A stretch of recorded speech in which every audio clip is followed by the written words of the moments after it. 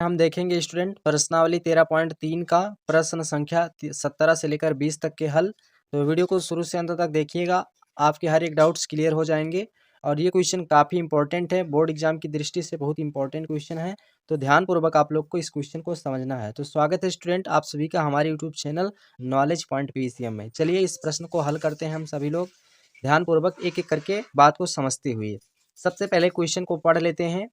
कहा गया एक कुआं जिसका व्यास 7 मीटर है। हमने एक कुआं खोदा स्टूडेंट जिसका व्यास 7 मीटर है, 22.5 मीटर गहराई तक खोदा गया। यानी इसकी गहराई स्टूडेंट जो है ये गहराई जो है 22.5 मीटर है। यहाँ तक इसकी गहराई 22.5 मीटर है।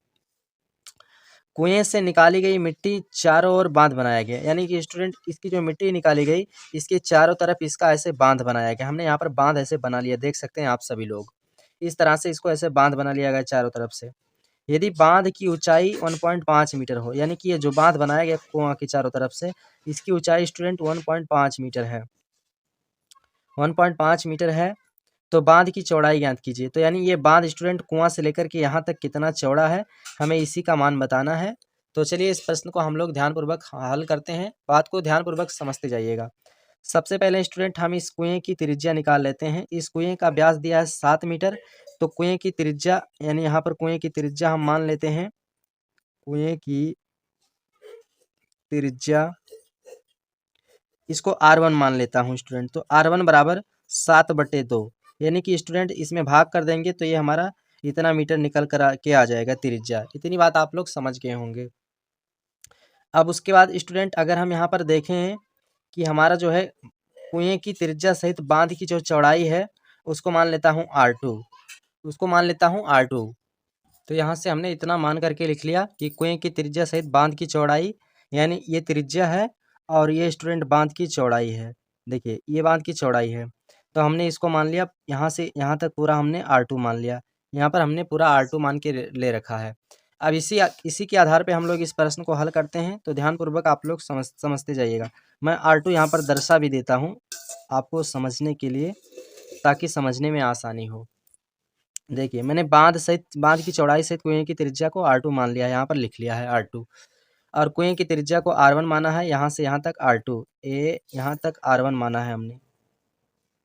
तो यहाँ पर R1 बराबर 7/2 हमने निकाल लिया है। इतनी बात आप लोग को क्लियर हो गया होगा। अब यहाँ पर आपको समझना क्या है स्टूडेंट, ध्यानपूर्वक समझिएगा। यहाँ पर इस कुएं का आयतन जो होगा, ये कुएं यानी बांध की पूरी मिट्टी का आयतन, कुएं का आयतन बराबर बांध की पूरी मिट्टी का आयतन। यहाँ पर हम यही चीज़ नियम लागू करते हैं।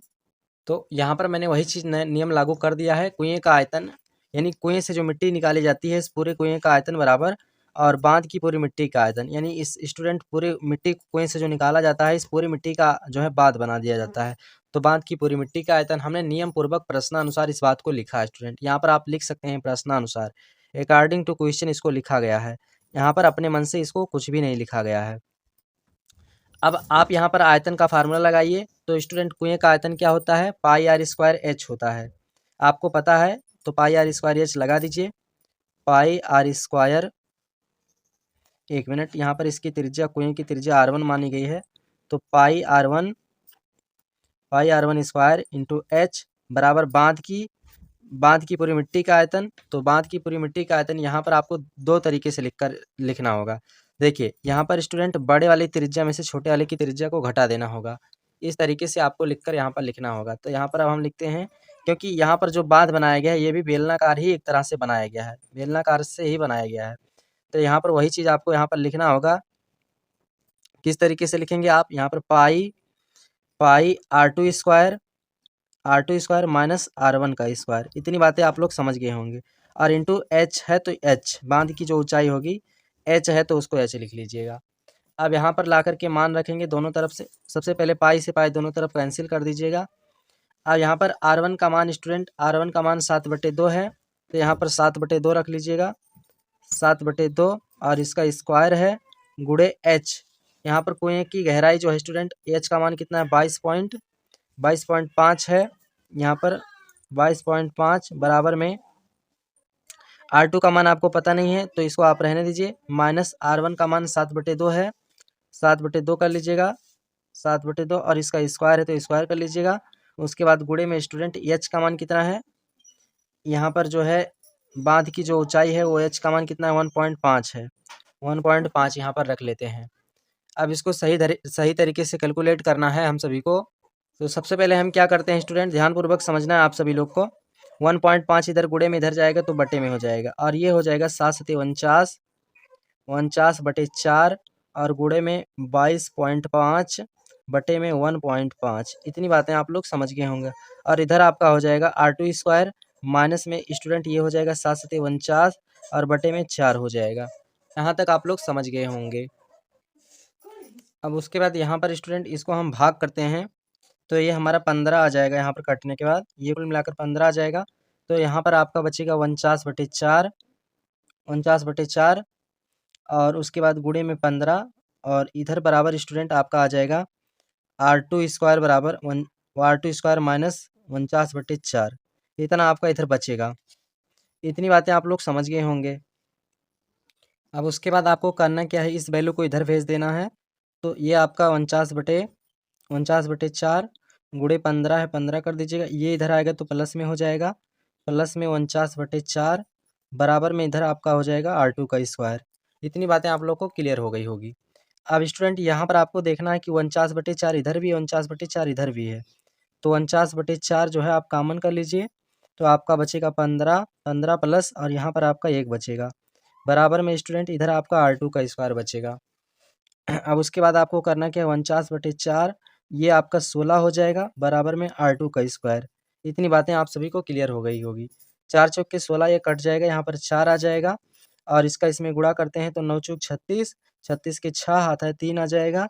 उसके बाद स्टूडेंट 4 चौके 16, 16 1 मिनट 36 के 6 होगा और हाथ आएगा 3 और हो जाएगा 4 चौके 16, 16 और 3 स्टूडेंट 16 3 कितना होता है 19, तो यहाँ पर 196 हो जाएगा, बराबर में ये हो जाएगा R2²।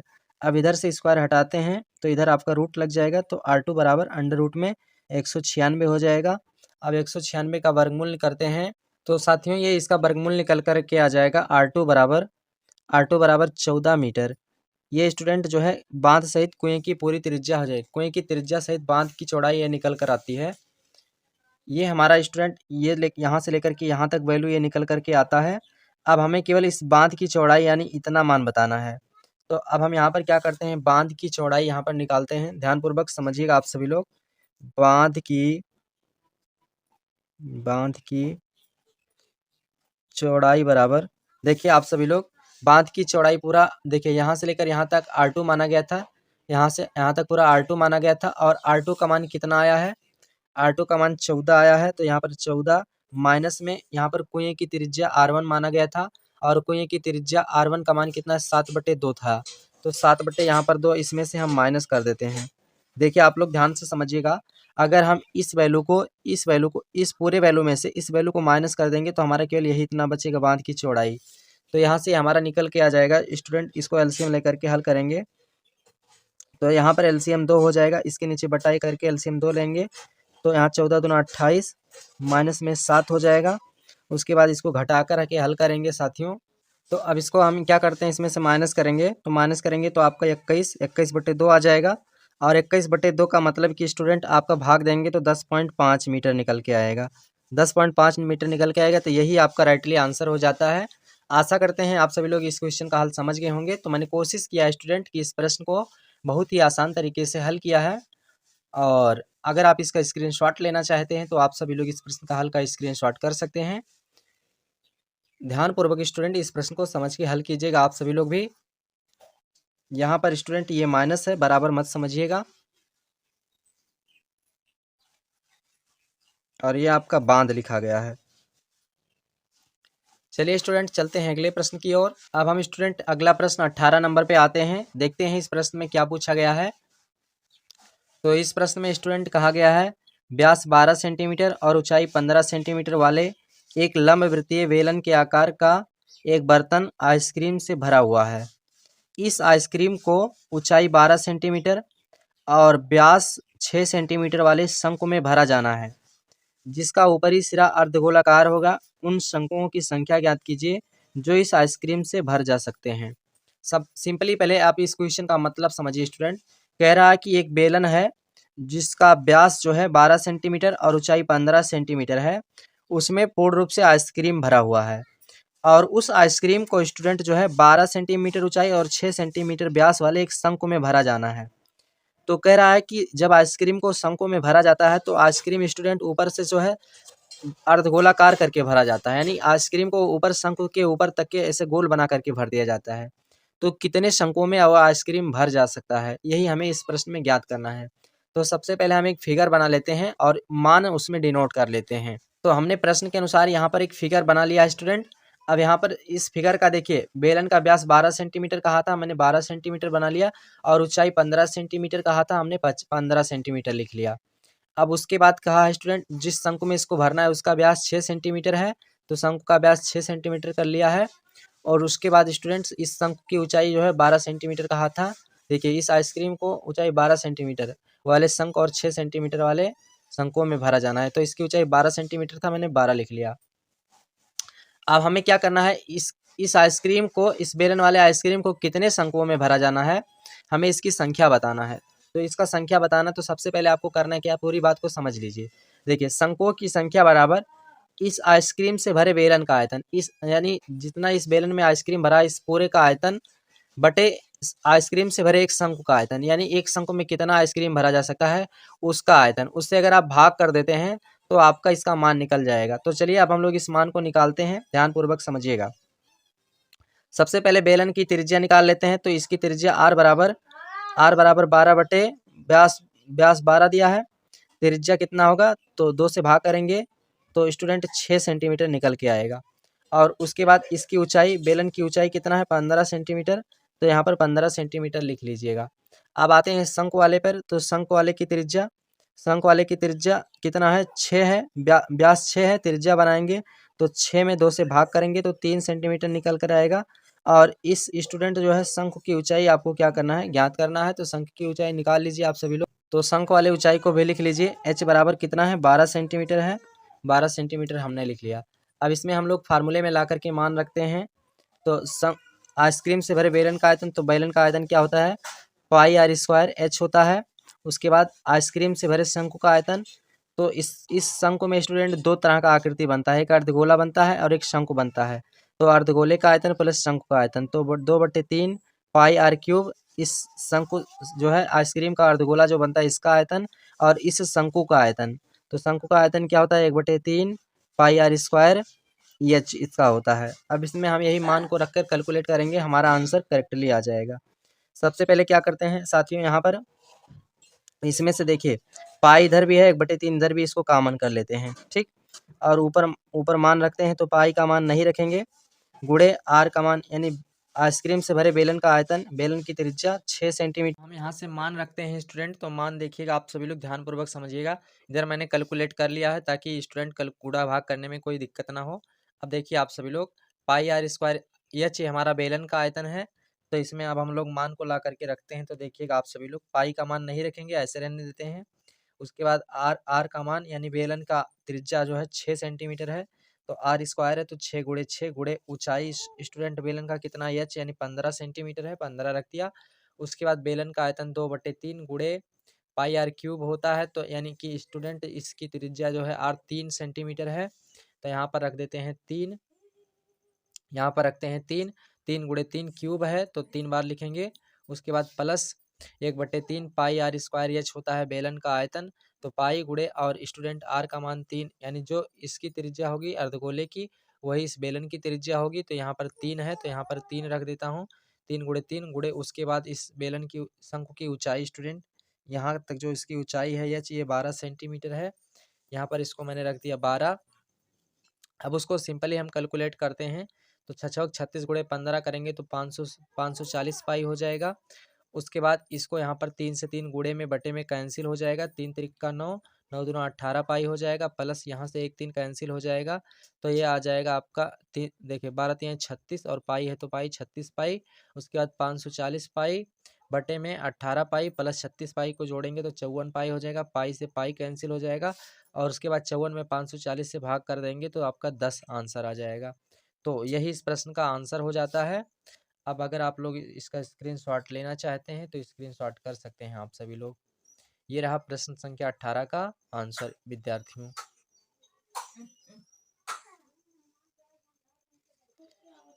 एक बार फिर से 1 मिनट, यहाँ से इस तरह से आप इसका स्क्रीनशॉट लीजिए।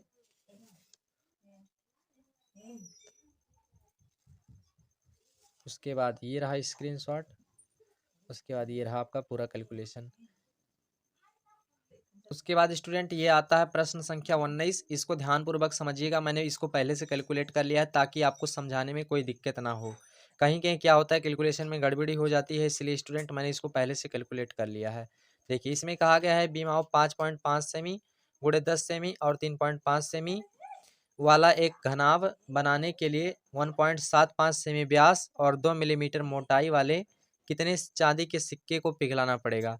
यानी कि स्टूडेंट इतना लंबाई चौड़ाई ऊंचाई का जो है एक घनाभ बनाना है, तो कह रहा है कि कितने सिक्के का व्यास और मोटाई दिया गया है जो है एक सिक्के का, तो कह रहा है इस साइज के कितने सिक्कों को पिघलाना पड़ेगा कि जो कि इतना लंबाई चौड़ाई ऊंचाई का घनाभ तैयार हो सके। तो सबसे पहले क्या करते हैं हम लोग, यहाँ पर एक सिक्का बना लेते हैं और मान लेते हैं कि स्टूडेंट इसकी संख्या n है।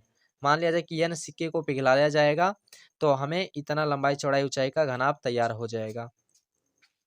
अब हम क्या करते हैं, यहाँ पर जो सिक्का दिया गया है, एक सिक्का बना लिया हूँ और इस सिक्के का व्यास जो है 1.75 सेंटीमीटर है, मैंने यहाँ पर लिख लिया। और इसके बाद इसकी मोटाई, यानी मोटाई का मतलब ऊंचाई कह सकते हैं, 2 मिलीमीटर है। इसको मीटर में बदल लिया गया तो क्यों 1 मिलीमीटर बराबर 10 सेंटीमीटर होता है, तो 10 से भाग कर दिया तो 1/5 सेंटीमीटर आ गया।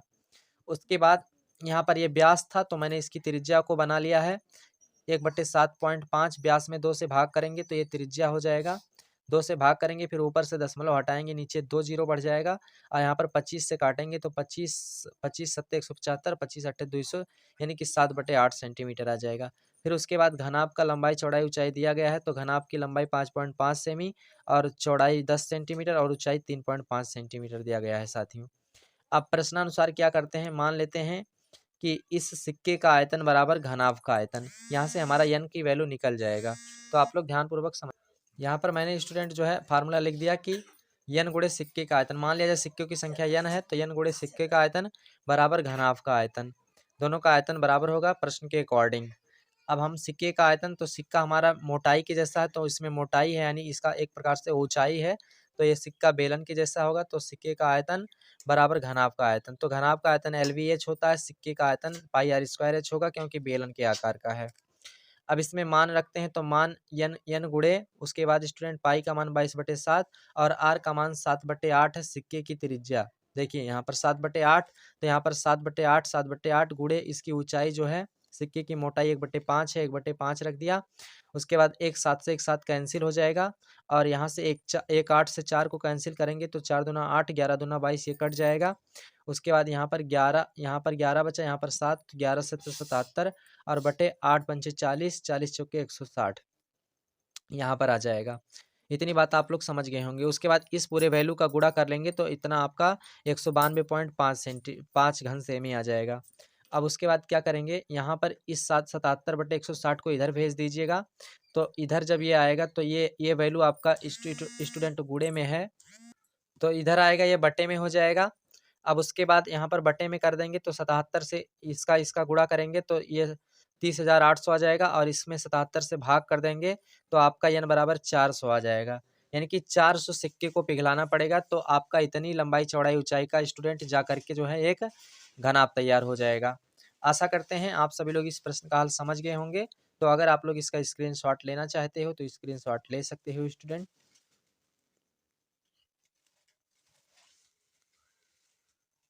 चलते हैं साथियों अगले प्रश्न पे। अगला प्रश्न हमारा ये है, इस प्रश्न में बोला गया है कि 32 सेंटीमीटर ऊंची और आधार त्रिज्या 18 सेंटीमीटर वाली एक बेलनाकार बाल्टी रेत से भरी हुई है। इस बाल्टी को भूमि पर खाली किया जाता है और इस रेत की एक शंक्वाकार ढेरी बनाई जाती है। यदि शंक्वाकार ढेरी की ऊंचाई 24 सेंटीमीटर है तो इस ढेरी की त्रिज्या और तिर्यक ऊंचाई ज्ञात कीजिए। पहली पूरी बात को समझ लीजिएगा स्टूडेंट। कह रहा एक जो है बेलनाकार बाल्टी है, तो यहाँ पर एक बेलनाकार बाल्टी बना लिया गया है। इसकी त्रिज्या जो है 18 सेंटीमीटर है, यानी कि ये त्रिज्या जो है इस बाल्टी की त्रिज्या 18 सेंटीमीटर है। यहाँ पर 18 सेंटीमीटर कर लिया गया है और इसकी ऊंचाई 32 सेंटीमीटर है। यहाँ पर देख सकते हैं 32 सेंटीमीटर। तो यहाँ पर 32 सेंटीमीटर कर लिया गया और इसमें रेत भरा हुआ है, बालू भरा हुआ है। इस बालू को पलट दिया जाता है। जब इस बालू को ऐसे पलट दिया जाता है तो एक शंक्वाकार ढेरी बन जाता है। तो इस शंक्वाकार ढेरी की जो ऊंचाई है स्टूडेंट, ये कहा 24 सेंटीमीटर है। यहाँ पर 24 सेंटीमीटर है। तो कह रहा है इस शंक्वाकार ढेरी की त्रिज्या बताओ और इसकी तिर्यक ऊंचाई ज्ञात करो, यानी यल का मान बताओ और आर का मान बताइए। तो सबसे पहले हम क्या कर देते हैं, इसके मान को लिख लेते हैं। यहाँ पर बेलन की त्रिज्या 18 सेंटीमीटर है। तो आर बराबर यहाँ पर 18 सेंटीमीटर लिख लिया गया, ये 18 सेंटीमीटर लिखा गया स्टूडेंट। और इसकी ऊंचाई एच बराबर 32 सेंटीमीटर है, 32 सेंटीमीटर लिख लिया गया। और इस आते हैं शंक वाले पर, तो शंक वाले की ऊंचाई एच दिया है और आर का मान आपको ज्ञात करना है। यहाँ पर आर का मान ज्ञात करना है, तो मैंने यहाँ पर प्रश्नवाचक चिन्ह लगा दिया। अब प्रश्न के अकॉर्डिंग इस शंक्वाकार बाल्टी का जो बेलनाकार जो बाल्टी का आयतन होगा वो हमारा शंक्वाकार ढेरी का आयतन होगा, क्योंकि इसको बालू को जब पलटा जाता है तो ये शंक्वाकार ढेरी बनता है, तो इसका आयतन इसके बराबर होगा। तो यहाँ पर मैंने लिख दिया बेलनाकार बाल्टी का आयतन बराबर शंक्वाकार ढेरी का आयतन। इस तरह से मैंने लिख दिया। अब यहाँ पर फार्मूला लगाते हैं। तो बेलन का आयतन होता है पाई आर स्क्वायर एच, शंक्वाकार ढेरी का आयतन होता है, शंकु का आयतन होता है 1/3 पाई आर स्क्वायर एच। यहाँ पर हमने मान रख दिया, पाई दोनों तरफ से कैंसिल कर दिया। आर का मान 18 है, त्रिज्या 18 सेंटीमीटर है। तो यहाँ पर 18 गुणे 18 और गुणे स्टूडेंट इसकी ऊंचाई 32 सेंटीमीटर है, यहाँ पर 32 रख दिया गया। शंक्वाकार ढेरी का आयतन, तो शंक्वाकार ढेरी का आयतन यहाँ पर रखा गया। आर की वैल्यू यहाँ पर आर गुण इसका आर निकालना है, तो आर इसको 1/3 आर स्क्वायर गुणे और इसकी ऊंचाई स्टूडेंट 24 सेंटीमीटर है, यहाँ पर 24 सेंटीमीटर। तो इसकी ऊंचाई को 24 यहाँ पर रख लिया गया। 8 त्रिक 24 यहाँ काटेंगे तो 8 आ जाएगा, फिर आर स्क्वायर गुणे 8 हो जाएगा। अब उसके बाद इस पूरी वैल्यू को इधर रहने देते हैं। उसके बाद स्टूडेंट इस 8 को इधर भेज देते हैं, इधर गुणे में, इधर आएगा बटे में। तो इधर आर स्क्वायर बराबर और इधर ये आएगा बटे में हो जाएगा। अब इसको कैंसिल करेंगे, 8 त्रिक 24, यहाँ पर 3 आ जाएगा, यहाँ पर आपका 3 आ जाएगा। अब इस 3 का गुणा इस पूरे में करेंगे, 18 गुणे 18 और गुणे 3, तो ये आपका 1296 आ जाएगा। इतना बात आप लोग समझ गए होंगे। आप इसको कैलकुलेट कर सकते हैं, 1296 आ जाएगा। उसके बाद स्टूडेंट एक मिनट स्टूडेंट, यहाँ पर ये 32 है, सॉरी 32 है। तो 8 चौक 32, यहाँ पर 4 आ जाएगा। 18 गुणे 4 कर दीजिएगा। ये 32 था तो ये 8 से कटेगा तो 4 आ जाएगा, 8 चौक 32। तो यहाँ पर ये 4 गुणे 18 मारेंगे तो 1296 आ जाएगा। उसके बाद इधर से स्क्वायर हटाएंगे तो इधर रूट लग जाएगा, तो रूट में ये 1296 और 96, 1296 का जो वर्गमूल आएगा ये 36 आ जाएगा। आप इसको गुणा कर सकते हैं। अब उसके बाद क्या करना है, ये हमारा आर का मान निकल गया, इसका आर का मान निकल गया 36 सेंटीमीटर। अब हमें इसकी ऊंचाई निकालना है, ढेरी की तिर्यक ऊंचाई। तो तिर्यक ऊंचाई यानी ढेरी शंकु के जैसा, तो शंकु की तिर्यक ऊंचाई होता है यल बराबर R square plus under root में एच स्क्वायर। तो एल बराबर आर का मान 36 है तो 36 का स्क्वायर प्लस एच का मान 24 है तो 24 का स्क्वायर। यहाँ पर आप देख सकते हैं एच का मान 24 है और आर का मान 36 आया है, तो 36 रख देता हूँ। अब उसके बाद 36 से हम 1296 प्लस 24 से हम 576 और इसको जोड़ लेते हैं तो 1872 हो जाएगा। 1872 को वर्गमूल करके लिखेंगे तो 12 अंडर रूट 13 लिख सकते हैं। तो यही स्टूडेंट इसकी तिर्यक ऊंचाई हो जाता है, यही इसका आंसर हो जाता है। आशा करते हैं आप सभी लोग इस प्रश्न का हल समझ गए होंगे। तो अब आप अगर इसका भी स्क्रीनशॉट लेना चाहते हो तो आप लोग इसका भी स्टूडेंट स्क्रीनशॉट कर सकते हो। मैंने पूरी तरीके से इसको समझाने की कोशिश किया है।